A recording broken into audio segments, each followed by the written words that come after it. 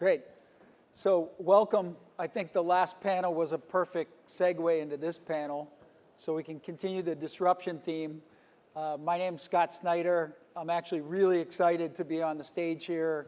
I actually just finished co-authoring a book called Goliath's Revenge. If you're on your way out, we've got a couple of copies in the back. They're going fast. So, and the premise of the book is a little bit of a contrarian view to the last panel, which is established institutions can be disruptors, but it requires some incredible gymnastics, right? And what's cool is I'm surrounded by not just Goliaths, but Davids on the stage. You know, these are the people that are rethinking education. So I think it'll be a great debate. And you know, next to me I have Jeremy from the Make School. I have Daphne from WorldQuant University, very cool model. I've got Austen, who's driving the Lambda school, also a very cool model, and Adam from Flatiron. And I think all of these are a little bit different. There's some common themes, and I'm going to love to tease out the differences and why some work, why some don't. I'm going to start you with the first rule in the book, which is you have to first decide what's your step change outcome you're going to deliver for customers, right? Otherwise, you're not a disruptor. So I'd love you guys to each say a little bit about what your model is, what makes it unique, and what's your step change outcome. What are you trying to deliver in terms of a 10x outcome for students, for the education system in general? So Jeremy. Sure. So I'm one of the co-founders of Make School. We are a new college in San Francisco, and we focus on computer science education at the undergraduate level. So we offer a bachelor's program, residential, in-person, face-to-face. Students don't pay tuition unless they get a job, and it's all project-based and industry integrated. I'd say the step change outcome that we're achieving is that we're providing a pathway for students from backgrounds that are currently vastly underrepresented in the tech industry, and we're actually getting them into top tech jobs. So all the top tech employers that you can think of, from the Facebooks to the Googles to the Apples, have hired out of the program. And the student demographics are much, much lower income, much more diverse than you'll find in any CS program with comparable outcomes. And I'd say that's the 10x improvement. I think it might literally be more than a 10x improvement in that regard. So you're disrupting the front of the funnel and the back. That's right. Which is great. Daphne? Hi. I'm from WorldQuant University. We are a non-for-profit, and our goal is to advance global education and bring it to qualified, capable students. We have two programs. The first is a master's in financial engineering, and the other is a very intensive applied data science module that goes for about 16 weeks. And we have about 2,000 students in each one of those programs. About nearly half of our students are in sub-Saharan Africa, and we are in over 90 countries. And I guess I would say that we have lived in a world where the talent historically has come to the opportunity. And we're kind of flipping that and trying to bring the opportunity to the talent. Being at a conference like this, we hear all day how everybody wants this talent, is looking for this talent, but they can't sort of make the connection. So our goal is to give opportunity. We are completely tuition free, is to give opportunity to those talented individuals who could thrive in these industries, which we think are very important and are disproportionately underrepresented in many of the countries in which we do our work. So yeah, in some ways you've created new roles by looking engineering market backwards. What does the market need? Right, and we're kind of reverse engineering what the industry is looking for. And of course, because we're not legacy, et cetera, we're not burdened by what tenured faculty know how to teach, but rather about what the market is looking for, and then fill those gaps with qualified instructors. Cool. And How about you, Austen? You took a blank slate a little bit as well. With your step change outcome and your model. Yeah, so we're Lambda School. We are an entirely online but synchronous school that's completely free until you get a job that pays more than $50K. So we've got students in all 50 states. It's 9 months long, generally computer science curriculum. We also have a design and iOS, Android, data science programs. And our entire purpose in life is to improve people's incomes. So we're trying to make it accessible to everybody. We do things like living stipends, which is not normal for an online school. Everything is on an income share agreement, and the entire purpose is to see if we can help people make more money. Very cool. And once again, even a slight change on the outcome, focusing on income. How about you, Adam? Yeah, so I'm Adam, founder of Flatiron School. We're the oldest operating coding bootcamp, I guess, although we have a bunch of other courses as well. I have to wear two hats on this panel because in 2017 we're acquired by WeWork. And so I get to think about how Flatiron School plays a role in education as well as WeWork.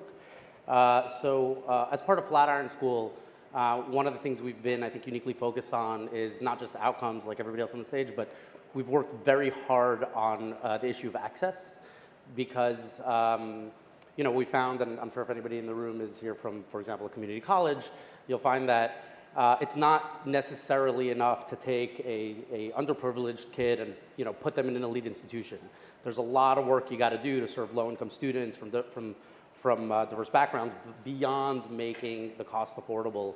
So for example, the first campus we launched after we were acquired by WeWork is also under the similar model to Lambda's, which are income share pay after you get a job, but exclusively open to people who make under $35,000 a year. And there's a lot of learnings, and you need to have social workers on staff. You need to have social support, all that kind of stuff. So I'd say that's kind of our unique contribution. On the WeWork side, I think there's an inevitability that more and more education will happen online.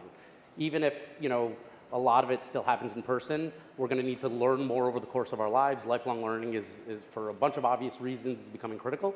And one of the biggest challenges that exists in online learning is student engagement and everything that's lost when you leave a campus.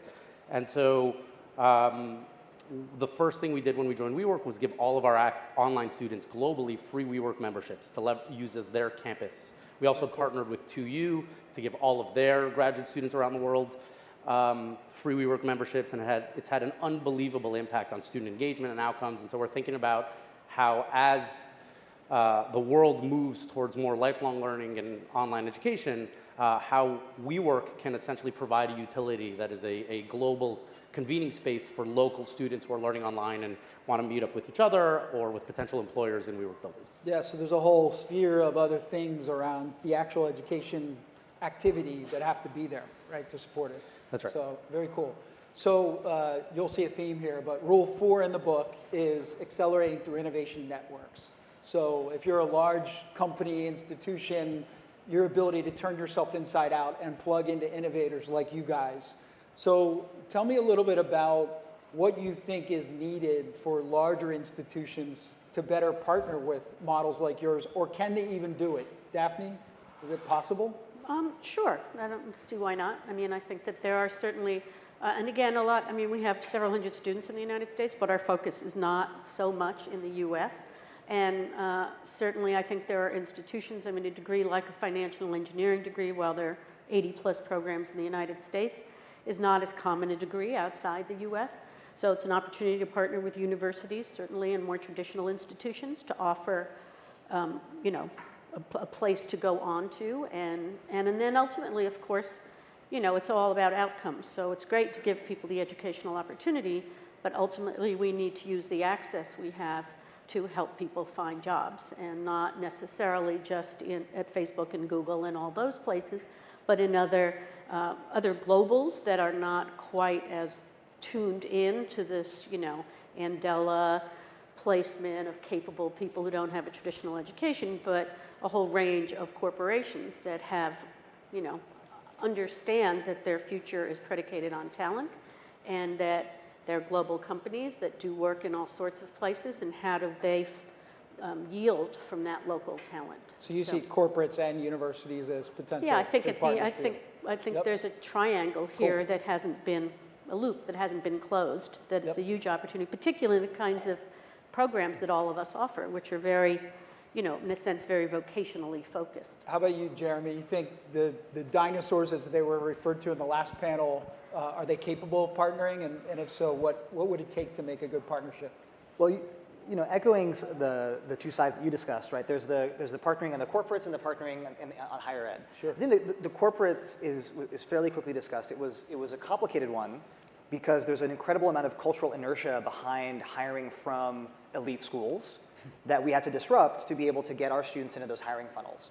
And The way that we did that ultimately, besides a good amount of relationship building and getting folks to understand what we were doing and the curriculum and the pedagogy, was partnerships that allowed corporates to come in, actually inform the curriculum or guest lecture at the school, and also equipping students with portfolios that basically spoke for themselves, so that even if no one had heard of us, that you just couldn't deny that this was someone you could not afford not to interview. And I think, by the proof being in the pudding, that slowly disrupted what was, I think, even now, by and large, despite much PR to the contrary, a still very rigid and very classist recruiting system across industry. On the higher ed side, I think that there's internal challenges and external challenges. Many institutions of higher education operate under systems of shared governance, which can produce results that emerge out of sort of design by committee quality results, and similar velocity, design by committee velocity, which is not very fast. We've found that in talking to institutions of higher education to partner for accreditation, which we did do, we are partnered with the Dominican University of California in San Rafael, and they essentially vouch for us in the eyes of the accreditor, and we partner on certain programs, but that's what allows our program to be a bachelor's program. We found that what was different about them was actually the velocity internally, and that actually we exist in California, at least fortunately, under WASC, a regional accreditor that has been really thoughtful and open-minded about allowing for these kinds of partnerships. And we would have thought the biggest barrier was accreditation regulations, requirements, things like that. We heard all kinds of things about how accreditors are the boogeyman. And the reality was we talked to a number of institutions, and the barriers were within and not external. And so I think the way that one needs to think about these things is to take responsibility for the operational efficiency and the speed of change, and to start creating incentive structures within the institution to reward high speed of iteration, which currently is not at all the culture within institutions of higher education. If you do that, you'll look around and you'll say, oh, there's a make school, probably we should partner with them, or whatever it might be. Yep. So you're swimming to where the current is. So you guys, is it disrupt, partner, and you've taken a different approach on accreditation as well. So Yeah, so I mean, what do you think? Well, I think so. In his last answer, Austen said something really important, which is that they exist to improve people's incomes. Is that right? Yep.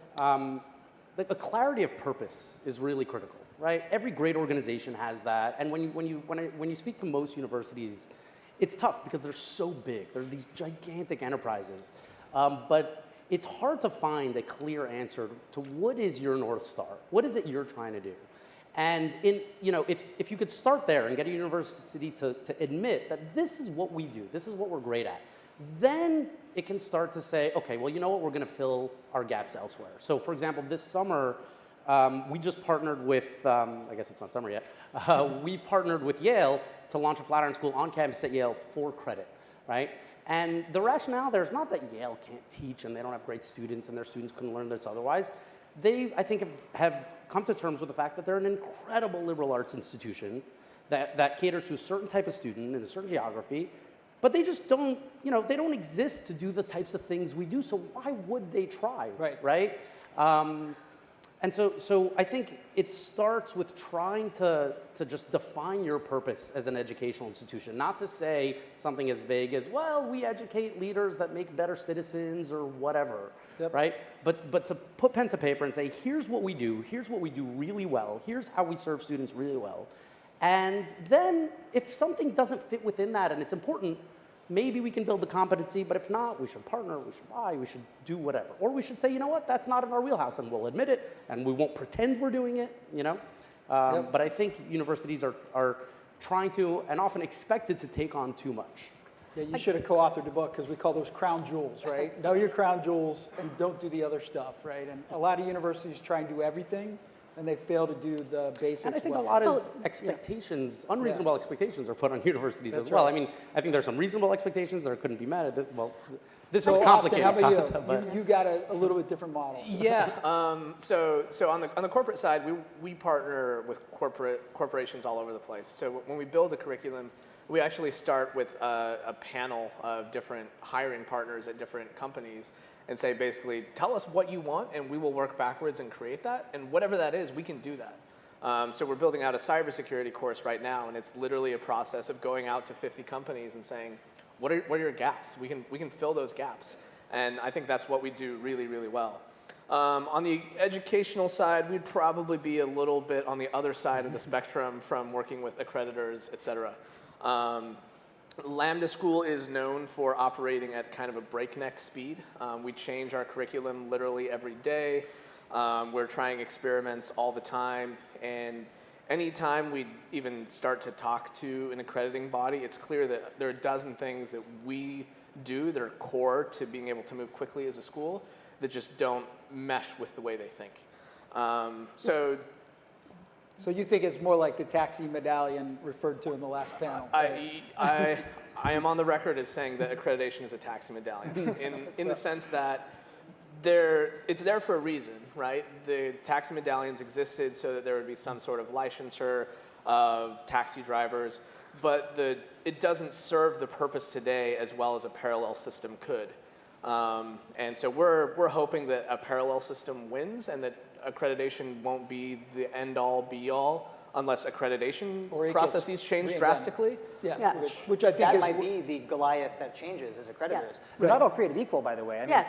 100%. If I told you about a state regulator, you'd think I was reading from Kafka's unpublished works. I mean, it was like ridiculous, but our accreditor turns out to be really reasonable. And I think that over time, that might turn out to be true for more and more of them. So you're using them to get reaccredited, right? You borrowed from the Both. So our program is accredited directly as a new program by and under the accreditor, and then we're on a pathway to, as an institution, become fully accredited as ourselves. And I so think we're to- in the midst of that, go ahead, and Daphne. I just I mean, from my perspective, in terms of the delivery, I don't look to the accreditor. I think those accreditors exist for a lot of reasons, and a lot of it has to do with in the for-profit educational world, obviously, and there's a whole half a dozen panels that happen already around that perhaps today. But I think that, I'm trying hard not to see the accreditor as the enemy, but actually to see them as a partner in trying where they're motivated, presumably, by the same things we are, which are to provide, to ensure that students get the experience that has been touted to them, and to elevate the quality of what we do. And I think it's important to remember that while we may not value these institutions, and I can certainly say this, that outside the US and else, everywhere, people who are participating, it has a disproportionate perceived value to them that we cannot just simply negate. And maybe we can, do that in certain states in the United States. Maybe we can do that in places where you're sort of, a hip community talking to a hip community. And like we know, it's not about going to Yale. It's about how good you actually code. But I think that that's a pretty narrow and naive view of what the accreditation process is about. And just one other comment in terms of higher ed. The same thing. I think there are a lot of different types of higher ed institutions. All right. Yale sees partnering with you as a way to be perceived partly as being innovative themselves. And it has a value to them that is what their students are expecting. I think there's, higher education is a lot of things, and it's thousands of small institutions. And so we have to sort of be careful of when we say, this monolithic thing called higher education. It's a big brush, and there are definitely the innovators and trying to disrupt from within. Yeah. I do want to point out one model, because I'm a big fan of learning from other industries, in the healthcare space, which is a very slow-moving space, regulated. The FDA was actually educated by the disruptors, the WellDocs of the world, the Ginger.io's, on what a mobile medical app was. They didn't even understand how to tell between two different smartphones. And they eventually created a mobile medical app directorate. And now they're one of the fastest agencies at pre-approving mobile medical devices. So it can happen. You can actually educate the regulated bodies, but it took a while. Right? Thank 23andMe for that, too. Yeah, exactly. I mean, and not without a lot of broken glass, for sure. And the accreditation analogy is the previous panelist, Minerva, actually did the education of the WASC accreditor and helped them create the policy that then we went under. Right. So that's very much You're a similar... benefiting Yes, from some of that. exactly. That's right. Cool. So Rule 5 in the book is value talent over technology, something very close to home for my Heidrick colleagues. When you think of the future educator and how the educator needs to change in terms of the role, the profile, what kind of skills they have, how do you think about that? In terms of where the educator's been in the university system and what they need to be in the future to be most effective in models like yours. So anybody want to take that one, jump in? Well, one of the challenges of getting accreditation is that the expectation is that your instructors are at least one degree above the degree that you're offering, which in our case is, we're challenged by someone who has two. It's a master's program. We have, someone who's been a director at one of the biggest banks in the world for 20 years, has two masters, but in Not a this PhD. narrow view of accreditation. Right, it's So not. our accreditor is not like that. Right. But right. I'm sorry to hear that you Yes, are. it's, so am I. And that's the fight I'm going to fight. I Right, mean, I'm right. I'm selecting my battles. But yeah, that is one of the challenges. And as you get there's a narrower view. How about you guys? How do you pick your educators, and what profiles do you look for? Yeah, so I mean, similarly, we look for people with experience working in companies building large applications who happen to be good teachers. And it's not a direct correlation building good applications and being a good teacher. There's a small subset that can do both. But yeah, I mean, I dropped out of college. My co-founder dropped out of college. I believe you dropped out of college? I did. I can't even get a degree from my own college. So I think that net, there's too much weight from accreditors and especially state regulators placed on the degree relative to the work experience. Like if you could hire Steve Wozniak to be a programmer or a grad of Stanford, who would you hire? So I mean, I get why people do things that way, but I would much rather have somebody who's done awesome work in the field than who has spent a lot of time in academia. So Writing papers, doing I have research. we have a little bit of a different perspective. All of our teachers also are both teachers and practitioners. It's very hard to hire people that have that overlap, but I'd rather take a teacher and teach them how to code than take an engineer and teach them how to teach all day. I think teaching is one of the hardest jobs in the world. It's one of the most undervalued skills.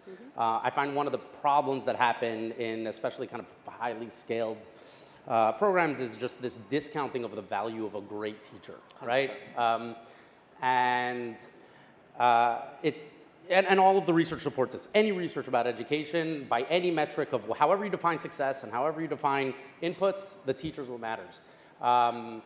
So that's really challenging in a field in which we're all kind of running programs where, by definition, we exist because these skills are so high in demand that we're able to just invent schools and people will enroll in them. It's kind of ridiculous if you think about it. And so the supply of teachers is extremely limited. We've invested very heavily in building out a teacher training team and a curriculum development team and all that stuff. But Do some of your students become teachers? Well, we'll hire students as teaching assistants because they've just been through the curriculum, so they can help answer questions. But we'll never hire a student as a lead instructor because they have to hit both of those criteria. But as far as universities go, again, I think this is part of back to universities doing too much or having too much on their plate. If you're a research institution and you have people there who are primarily driven by research, that's great. We need that in America. This is where innovation comes from, right? But the problem is a lot of those people don't necessarily want to be teachers, aren't there as teachers first, right? And so it's a real challenge, and I don't know that I have a great suggestion for how universities solve that.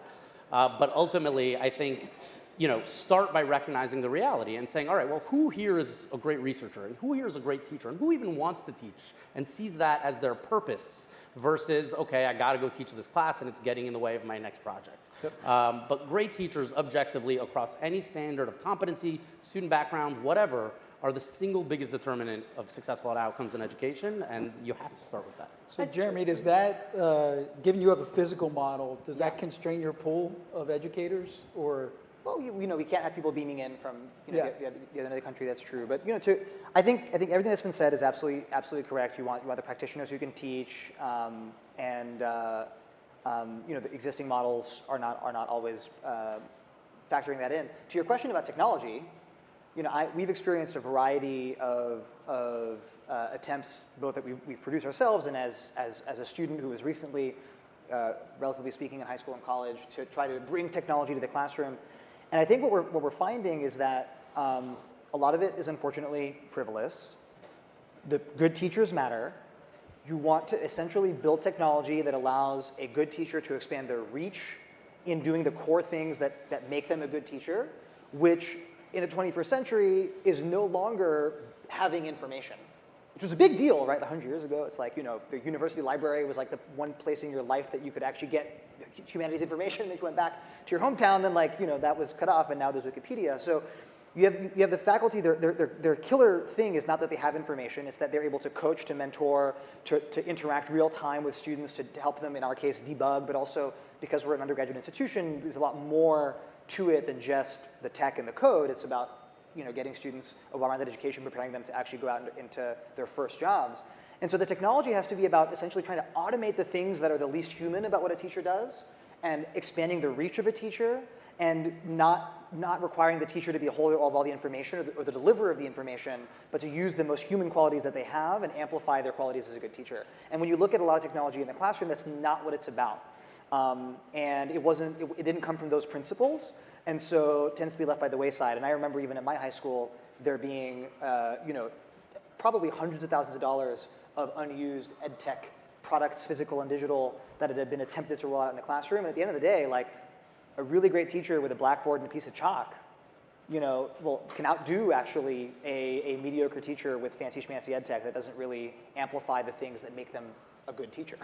I also think being a good teacher, online is quite different than the traditional model that we have, and I don't think that we shouldn't, understate that. It's we have found that there are So it doesn't always instructors- translate. Right, we've found that there are instructors who really have, again, a lot of domain expertise from industry. They're very enthusiastic. Some of them are teaching at, very prestigious institutions. But there's a training process to teach them how to teach online, because, this is delivered, a lot of it's in the can. And they're really there, to your point, for that kind of elevated, customized discussion in forums, and to lead discussions, and to, we've addressed the 90% of the content that is across the board and the same, and that you can study at your own pace and all of that. So now the value add is where you bring your unique perspective, expertise, and are able to reach students and to sort of extract. That part of it is not online versus offline. That's Sure. a certain human quality. But the ability to present it in that context is a different kind of challenge than it is in the traditional model of, a lecturer in the front of a room. Cool. So I actually think that instructional design for an online instruction environment is fundamentally different than instructional design for a physical classroom. And for a long time, a lot of the failures in online schools were either trying to take what worked in a physical classroom and just plop it online, or worse, which was let's do all of the bad things about that and also none of the good things. Right. So I actually fundamentally believe that online can be a superior environment because of the way it scales, because of the way you can instantly, we'll have a classroom, and with one button, everybody's in a breakout room of 2-on-2, and the instructor can pop into each one or pop out, and then we can bring the class together in ways that are really difficult in a physical classroom. So I think people need to think about instructional design from the ground up online, instead of trying to take what's worked for hundreds of years in a physical classroom and just copy paste. I don't think it works. Sounds familiar Totally with right. any technology adoption in big companies or any organization, right? Accurate. So I want to switch the discussion to income and fee models, right? Because you guys all have a little different flavor. A couple income sharing agreements. We have a nonprofit model. We have a fee-based model. So tell me a little bit about why you chose your model and why you think it has advantages. So maybe we'll start with you. So we started with Income Share in 2014 when we launched the program that was a non-degree program that has become now the accredited bachelor's program. And at the time, we were focused on all the pedagogical, I think, aspects that we're discussing, all the staffing aspects. We want to have the right faculty, the right content, the right integrations with industry. But the fee question was a really important question. And ultimately, it came down to how can we make this the best deal possible for students, and what is ethical if you're going to be stating that your North Star, your purpose, is going to be along the lines of building pathways to top careers or improving incomes. And if you're going to be doing that as a new institution, especially as a for-profit institution, you're going to want to make sure that there is no incentive for you to be enrolling students and then not having them be successful.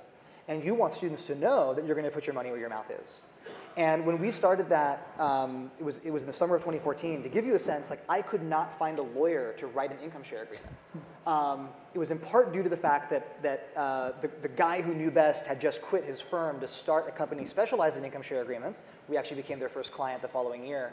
They're called Vimo, and they work with Purdue and a bunch of others. But also, it was something that hadn't been done in the context that we're doing it in at all in recent memory. And so actually that summer, I wrote the Make School ISAs, which I gave our lawyers a heart attack because we needed to roll it out, we needed to enroll our students, and we were not going to let procedural issues get in the way between us and the model that we thought was the correct model.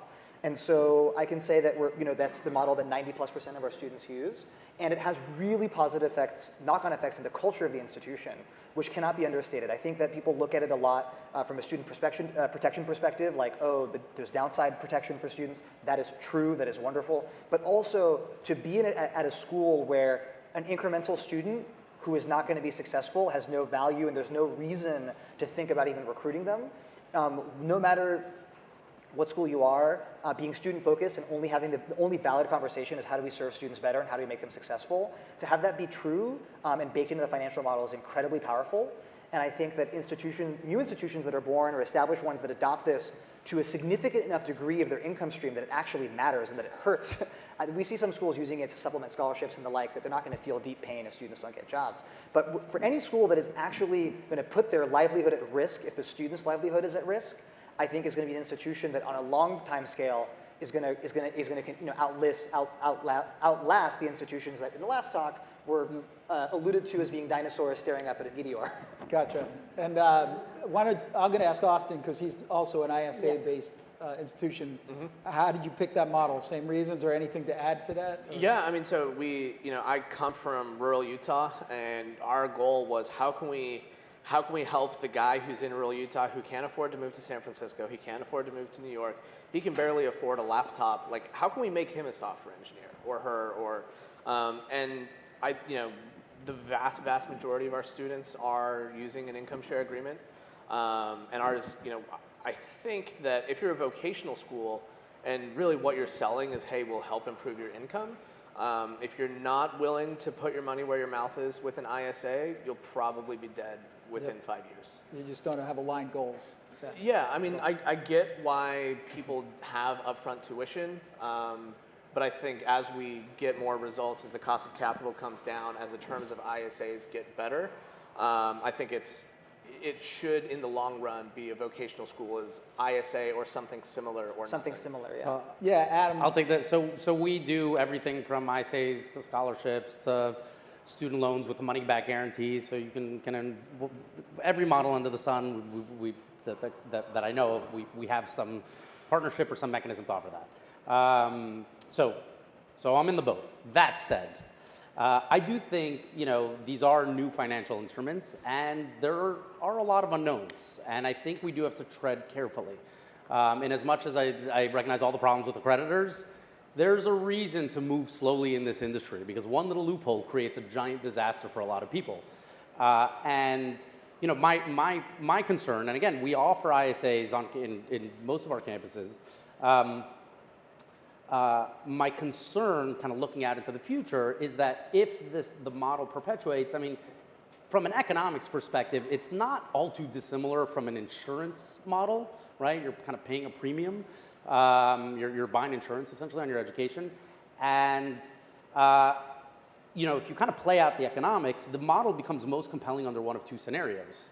Your school either has very, very, very strict admissions criteria so that you can predict out who's going to pay you back, because some number of students, ideally as a tiny one, won't be successful and won't get a job, but you've serviced them. So either the industry gears towards very, very strict admissions criteria, and the people that need it the most don't get access to it, which I'm sure we all want to avoid. Or you operate your model at such scale that you can train hundreds of thousands of people, but if just a few thousand of them get jobs and the rest of them don't, your cost of delivery is so low that you're still able to stay in business. But what that means is the quality of education suffers.